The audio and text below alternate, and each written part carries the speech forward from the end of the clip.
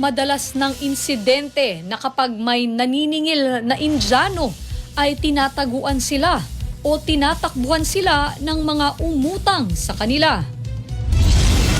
Pero kabaligtaran ang nangyaring ito sa Cainta, Rizal dahil ang rider na Indiano ang tumakbo at tumakas.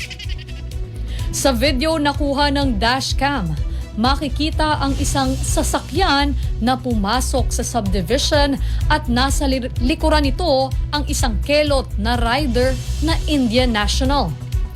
Ayon sa motorista na uploader ng video, huminto siya dahil mayroong nagsakay sa kanyang harapan at nagulat na lamang siya nang may bumangga sa kanyang likuran.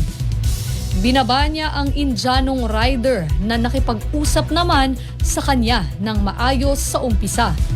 Pero nang itatabi na nila ang kanilang mga sasakyan para pag-usapan ang damage, bigla na lamang umabante ang rider at mabilis na tumakas. Ayon sa uploader ng video, walang plaka ang dalang motorsiklo ng rider.